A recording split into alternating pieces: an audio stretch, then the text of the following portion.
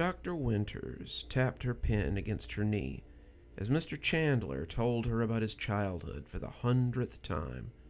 He kept dwelling on his parents' divorce, something that had happened 30 years ago, and Winter kept implanting suggestions that it wasn't his fault. Some patients could just have the memory removed, snatched out like a tooth that would heal and never hurt them again. The problem was that Mr. Chandler still spoke to his mother. She was a source of joy to him. If Winter took that away, it could cause even deeper problems. Winter needed a better solution, a better means of treating him, but she couldn't come up with anything. "Ramsey, why do you think you're the cause of your parents' separation?" Mr. Chandler looked surprised. I suppose I never thought about it. I was a handful. I was always getting into trouble, and they just seemed to fight because of it." "Did they fight because of what you did, or did they simply fight?" Mr. Chandler thought about it, his face chewing it over like a mouthful of tacks. "I guess maybe they were just fighting. Mom thought he was cheating on her, and Mom had gotten very religious, and they were always arguing about why he didn't go to church with her, or why he was never home when he got off work. She was just mad all the time, I guess, and since they were focused on each other, they never had any time for me. I guess that's why I acted out. I think I wanted them to focus on me, and not on each other." He stared at the ceiling as if this was something that had never occurred to him, and Dr. Winters realized that she'd made a breakthrough. "Thank you, Doc. I think this might be just what I was trying to come around to. Wow, it's like a weight off my shoulders. Thanks. I don't know how to thank you enough." "Just make sure you pay your insurance so they keep paying me, and we'll call it even," she said with a smile. She walked him out, waving as he left, and then she turned to Juliet and asked what else they had this afternoon. "Looks like you don't have anything until 3. What are you going to do with a whole hour to yourself?" Juliet asked, looking up from the screen with a toothy smile. "I've got some stuff to finish in my office, actually. Hold my calls for an hour, Juliet. I don't want to be disturbed, okay?" Juliet nodded, some of her good humor slipping away. "Sure thing, Doc. Enjoy your charting, I suppose. You mind if I put the phone on D&D and go grab a little snack at the corner first?" "Sure," Pamela said. "Take the whole hour if you need it. Just make sure you're back by 3 so there's someone to meet my next appointment." "You got it, Doc," Juliet said, pressing the big red Do Not Disturb button on her phone and heading for the door. She locked it behind her, glancing back at Winters for a moment before heading up to the corner store. She seemed a little hesitant to leave her, like she suspected that she might have more going on than paperwork, but it didn't weigh her down for long. Juliet was sweet, but not overly prone to thinking too hard about things. Winters watched the door for a count of 5 before heading into her office and locking the door. It always made her feel a little guilty, creeping off like this. She knew she wasn't doing anything wrong, she was helping herself, but it still felt wrong somehow. She was supposed to be the therapist for the whole town, and it was weird to need something like this. She leaned against the door for a moment, trying to put it out of her head, but as she sat at her desk and looked up at the rolling TV on the familiar black cart, it was hard. She had moved them out of storage just for this, and as she flipped on the TV and pressed play on the VCR, she watched as the static settled into something more substantial. Finally, the snow stopped falling, and Dr. Winters could see a cheery living room with a couch and an end table, a little kitchenette behind it, where a man in a plaid sweater had his back to the camera as he washed dishes in the sink. Winter could hear the water running, could almost smell the soap and feel the warmth of the sink water as it washed over her own hands. The man switched the sink off and turned to face the camera, looking surprised to see Pamela as she sat patiently and waited to be noticed. "Well, hello there. If it isn't my good friend Pamela Winters. What brings you back to my little corner of the world?" "I just needed to talk to someone," Pamela said, not sure where to begin.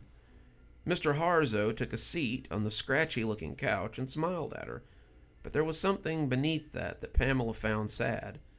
Not crying sad, but disappointed sad. He was sad because he wanted Pamela to do something, and she hadn't done what she had said she would do. Pamela wanted to, she really did, but to lose something like this was beyond tragedy. This was a precious gift, and she could no more destroy it than she could cut off her own hand.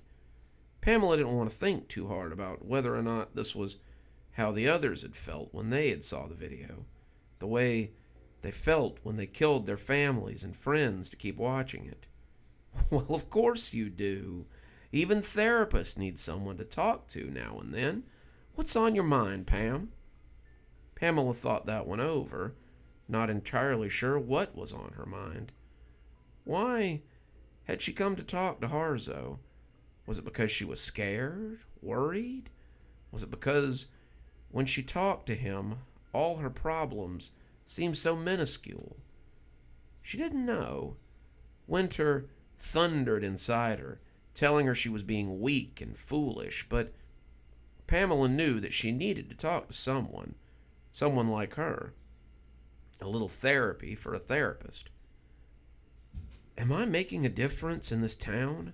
she finally asked, the soft hum of the tape reels making her feel at ease. Mr. Harzo laughed like that was the silliest question he had ever heard. "Are you making a difference? Pam, this town would be lost without you. These people depend on you. They just couldn't get by most days without a trip to see Dr. Winters. You've done so much for them. You rescued them from their problems, made them feel safe, and you still find the gumption to ask if you make a difference here." He laughed and laughed, and soon Winter found that she was laughing too. I hope you didn't come all this way just for that, though." Pamela shook her head, but as the smile slipped off her face, she seemed to have found a new concern. "The town is getting very strange lately. The ladies returned to the botanical gardens. My brother says there are dangers coming from the woods. There are creatures coming, more every day, and I feel like maybe what I'm doing is drawing them here. Am I the reason that all these things are happening?" Mr. Harzo sighed, his hands coming together in his lap as he stared at her through the screen. "I won't lie to you, Pam. This place attracts a lot of different people and a lot of different things. They feel drawn here by the sense of peace that you exude. But they're also drawn by the energy of the area. Kashmir is a special place, a unique place. It collects broken things, strange things, things that don't have a home anywhere else. It isn't all you. There's a lot of magic in this area, but you are a part of it." Should I stop?" Pamela asked, the demon inside her raging, voicing its need to eat. "Should I stop doing what I'm doing here?" "Not for a second," Mr. Harzo said. "The people need you, and you need them. You've created a community built on symbiosis, and they need your help more than ever with this storm brewing." "What do you mean?" Winter asked, her voice turning sharp. "What do you know?" "I know there's more than one party interested in Kashmir. You're attracting the attention of many powerful entities, and they want the anonymity of your cozy little mountain town." "They can't," Winter said. "I've hidden it. No one can come here unless they know where to look and know how to look." Mr. Harzo laughed, but it wasn't a very friendly laugh. These creatures aren't fooled like normal people are. Some of them are also people, or they once were.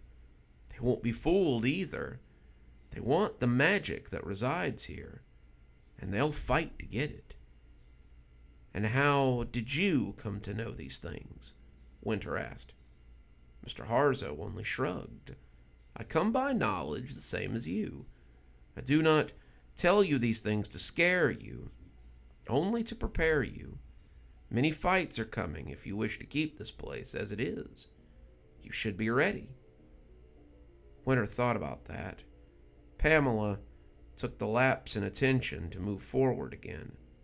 "The town will be what it will be. Sometimes I feel like it might be better if it ceased to exist." Mr. Harzo shook his head.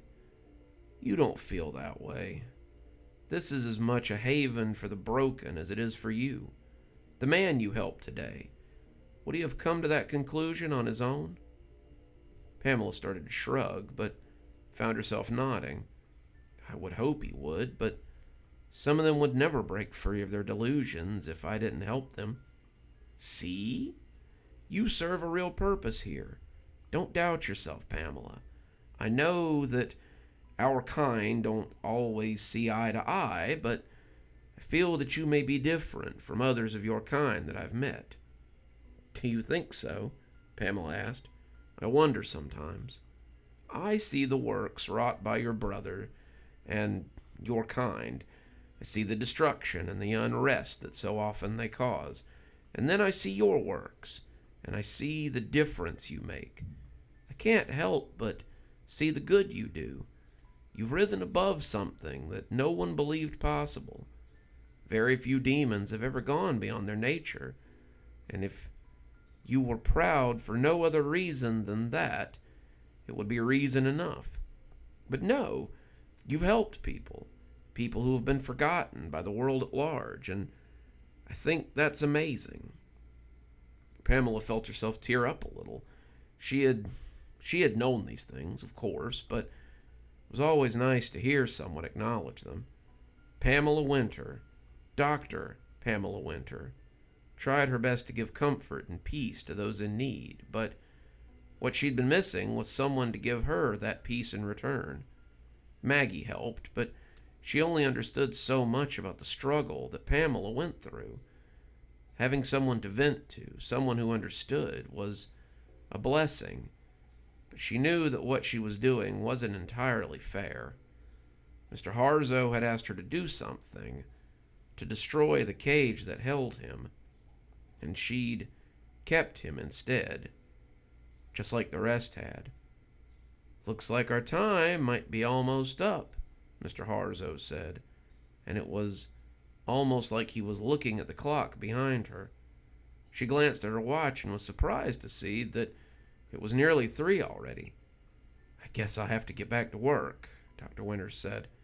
"Pamela?" he asked, as she reached for the stop button. Her hand faltered.